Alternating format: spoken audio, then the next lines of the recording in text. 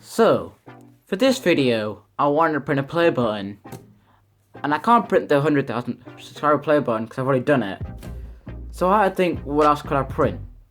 I first thought about the 1 million subscriber play button, but I realized if I don't get a better printer that can print bigger things, it's gonna look exactly like that one, but a lot worse because it's gonna be a lot bigger.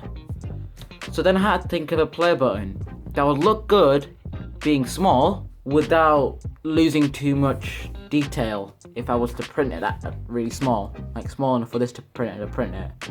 And that's why I had to rule off the 1 million subscriber play button, because as you can see, half the detail in this is just the words and stuff. If I print it smaller, it will just look like a big square with a YouTube logo in the middle, and that won't look great.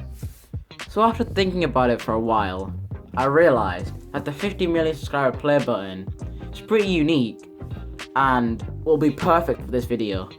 But then I had to decide which YouTuber's play button I should do, PewDiePie's or T-Series'. But then I instantly decided to make PewDiePie's because the T-Series one, don't know if you've seen it, I'll put it up here, but it looks pretty bad compared to PewDiePie's ones, which is right here. So I'm gonna print this one, not this one, because A, I can actually print this one, and B, this one looks kinda basic and too simple, as they just got a big laser and engraved their logo inside, whereas PewDiePie's, they at least put some effort into it, and it looks pretty nice. And it's actually something I can print with my printer. So, let's design it.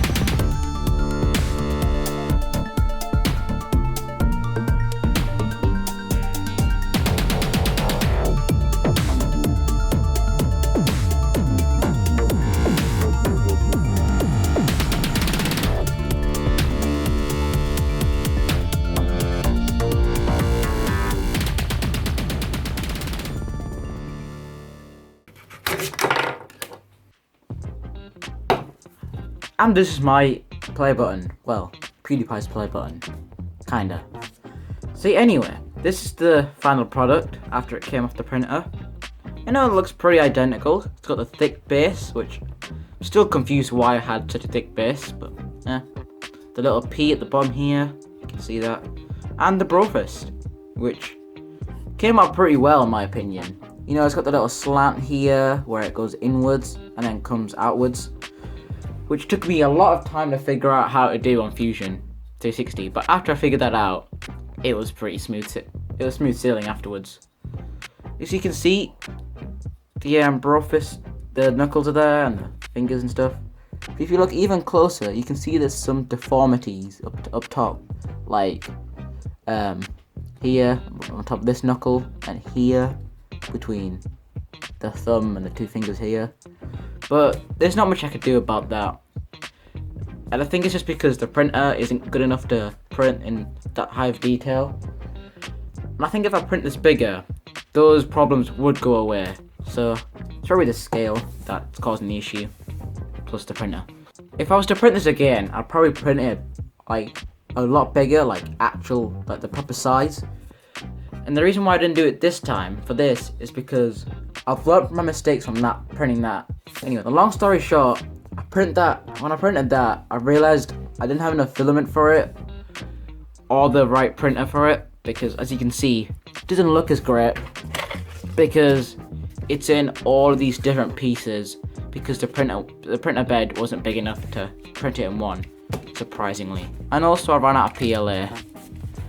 And that was the same issues I had when I was printing this. I was a bit worried that I ran out of PLA to I printed this.